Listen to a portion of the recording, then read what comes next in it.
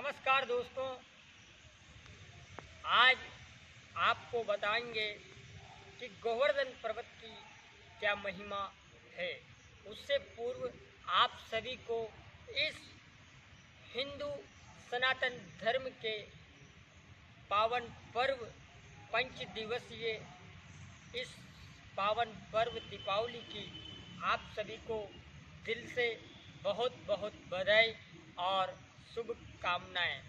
इसी के साथ साथ आज आपको स्पष्ट करेंगे कि गोवर्धन पर्वत क्या है और भगवान की कृपा को प्राप्त करने के लिए, स्वयं ग्रहों की कृपा को प्राप्त करने के लिए गोवर्धन पर्वत की किस प्रकार पूजा की जाती है और स्वयं हम इन्हें घर पर भी बनाकर किस प्रकार इनकी पूजा अर्चना कर सकते हैं, उसी की जानकारी आज आपको दूंगा।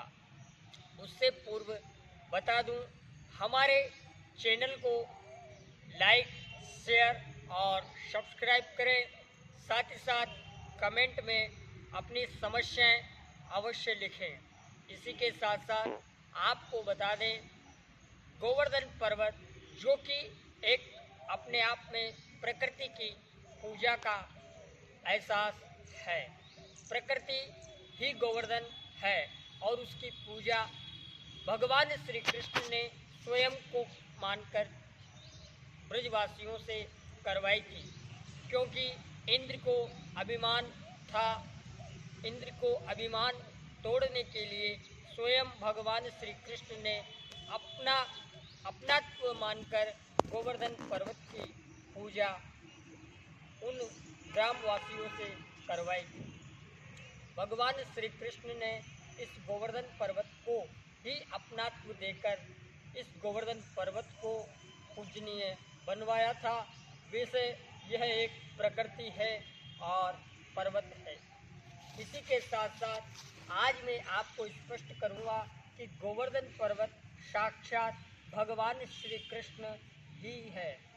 इसी पर्वत में भगवान श्री कृष्ण का साक्षात वास है और भगवान ने जब इंद्र ने वर्षा की उस समय ब्रजवासियों की इसी के नीचे छिपकर भगवान ने अपनी कनिष्ठ उंगली से इसकी पकड़कर भगवान ने इसकी रक्षा समस्त ग्वालों की की। इस गोवर्धन पर्वत की महिमा अपने आप में बहुत ही अजीब है।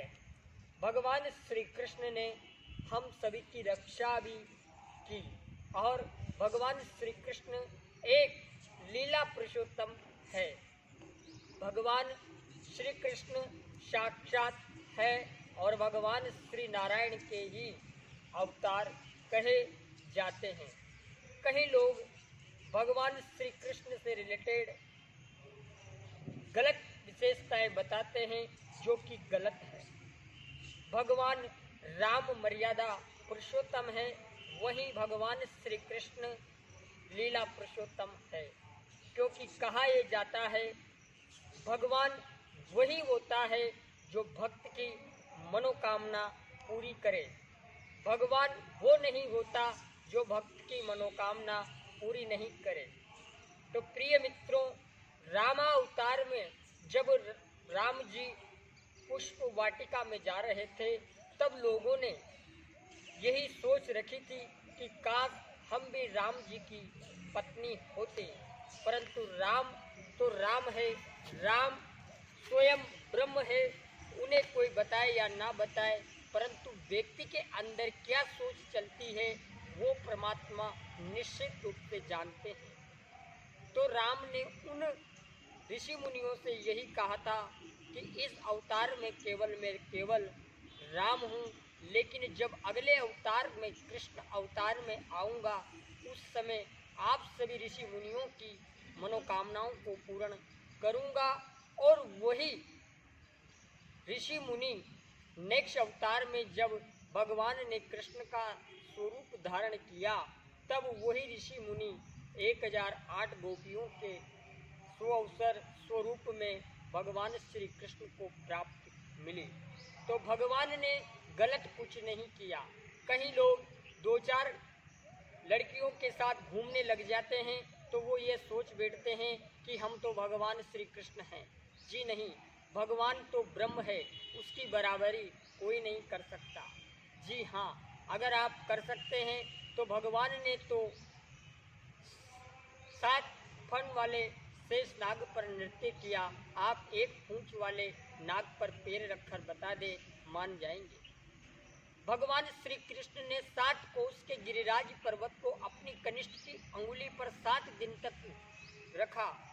आप 100 किलो के पत्थर को एक हाथ में भी नहीं रख सकते, तो क्या हम भगवान की मजाक कर सकते हैं? परमात्मा स्वयं ब्रह्म है, वो केवल और केवल लीला रचने के लिए ही अपने अंशों के साथ इस ब्रह्म पर, इस ब्रह्मांड में अवतार लेते हैं। भगवान वही होता है जो भक्त की मनोकामनाएं पूरी करता है। वैसे कृष्ण के चरित्र, राम के चरित्र कई सारे हैं और इनका व्याख्यान देना बहुत बड़ा एक योगदान हो सकता है। भगवान की महिमा बहुत अजर अमर है, क्योंकि कोई भी इनका बखान नहीं कर सकता, क्योंकि भगवान स्वयं ब्रह्म है। तो ब्रह्म का व्याख्यान देना हम जीवों के बस में नहीं है। सिर्फ मैंने आपको इतना सा आश्वासन दिया है कि भगवान को भगवान ही समझना चाहिए। भगवान की किसी भी प्रकार की लीला को मजाक में नहीं लेना चाहिए, क्योंकि भगवान अपने भक्तों की मनोकामनाओं को पूर्ण करते हैं। इसी बात को ध्यान में रखते हुए एक प्रसंग मेरे स्मरण में आ रहा है, वो मैं आपको बता दूं कि भगवान श्री कृष्ण के जब 16,108 पटरानियाँ थी, तो एक राक्षस भी था। उस समय उस राक्षस का नाम था भस्मासुर। उस भस्मासुर राक्षस में एक क्वालिटी ये थी कि वो जहाँ पर भी जाता था, जहाँ उसको सुंदर कन्या नजर आती थी, उसको वो उठा लाता था। और उसकी एक ही इच्छा रहती थी, जहाँ भी वो जाता था उनको वो उठा लाता था। इस प्रकार से उसने इतनी सारी कन्याएं कर ली और उन कन्याओं को वो साथ में रखना चाहता था और उनसे वो विवाह करना चाहता था। परंतु भगवान श्री कृष्ण ने उन सभी कन्याओं को मुक्त कराया और भगवान ने उनको वरदान दिया कि आज से मैंने उस राक्षस को मार दिया है, अब आप अपने अपने घर जा सकती हैं। तब उन कन्याओं ने भगवान से यही कहा था कि प्रभु, अब हम कहीं जाने लायक नहीं हैं, क्योंकि हम एक तो स्त्री जात हैं, दूसरा अगर अब हम घर जाएंगे तो लोग हमें क्या कहेंगे, और आपने जो वो राक्षस था उसका भी अंत कर दिया, अब हमारा कौन है। तो भगवान के सामने उन गोपियों ने जो ये स्थिति रखी वो यह थी कि आप या तो हमसे विवाह कर लें या फिर आप हमें इस तरीके, हम गलत कार्य पे चली जाएंगी।